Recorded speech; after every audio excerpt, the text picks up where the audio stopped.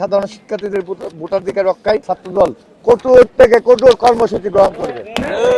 আপনারা জানেন, দীর্ঘ প্রতীক্ষার পর আগামী 30শে ডিসেম্বর 2025 তারিখে আমাদের প্রিয় প্রাঙ্গণে অনুষ্ঠিত হতে যাচ্ছে যক্ষু নির্বাচন। সাধারণ শিক্ষার্থীদের দীর্ঘদিনের সংগ্রামের ফসল এই নির্বাচনকে ঘিরে আমরা অত্যন্ত আশাবাদী। তবে একটি অবাধ, সুষ্ঠু এবং অংশগ্রহণমূলক নির্বাচনের পথে কিছু মৌলিক সংখ্যা আমাদের ভাবিয়ে তুলছে। বিগত দিনগুলোতে 4টি ছাত্র সংসদ নির্বাচন, চাকসু এবং রাকসু আমাদের ডিজিটাল কারচুপি ও ফলাফল পাল্টে দেওয়ার অপকৌশল লক্ষ্য করেছি। সাধারণ শিক্ষার্থীদের ভোটাধিকার নিশ্চিতকরণ এবং নির্বাচনের স্বচ্ছতা বজায় রাখতে বাংলাদেশ জাতীয়তাবাদী ছাত্রদল জগন্নাথ বিশ্ববিদ্যালয় প্রশাসন ও নির্বাচন কমিশনের কাছে নিকট সুনির্দিষ্ট 2 দফা দাবি আমরা পেশ করছি।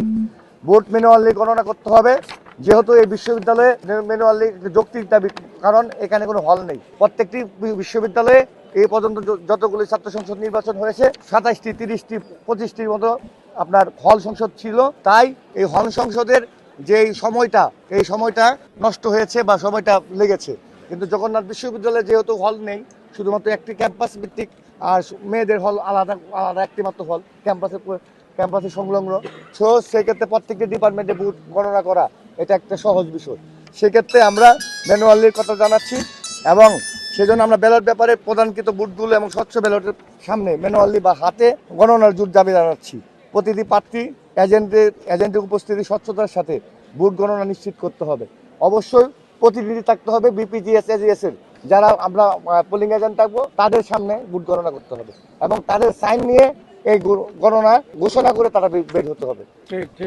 প্রতিটি কেন্দ্রের ভোট স্ব কেন্দ্রে ঘোষণা করতে হবে। ভোট গণনার পর ফলাফল নিয়ে কোনো প্রকার লুকোচুরি বা কেন্দ্রে পরিবর্তনের মাধ্যমে কারচুপি রোধে প্রতিটি ভোট কেন্দ্রে গণনা শেষে সেই কেন্দ্রে তাৎক্ষণিকভাবে ফলাফল ঘোষণা করতে হবে।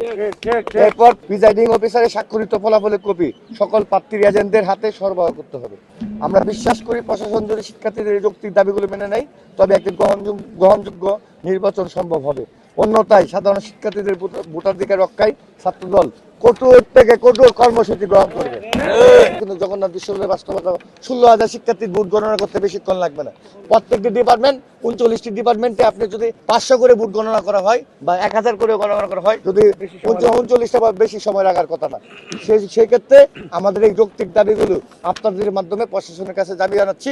আর এখানে যদি কারচুপির কোনো ব্যবস্থা করে ওনারা আয়োজন করে রাখে, এর জন্য জাতীয়তাবাদী ছাত্রদল কঠোর থেকে কঠোর কর্মসূচি এবং সাধারণ শিক্ষার্থী এবং ছাত্রদল সহ অন্যান্য প্যানেল যারা আছে সবাই অবশ্যই এর পক্ষে মত দিবেন। আমরা চাই কোনো বিশেষ মহল এখানে সুবিধা না পাক।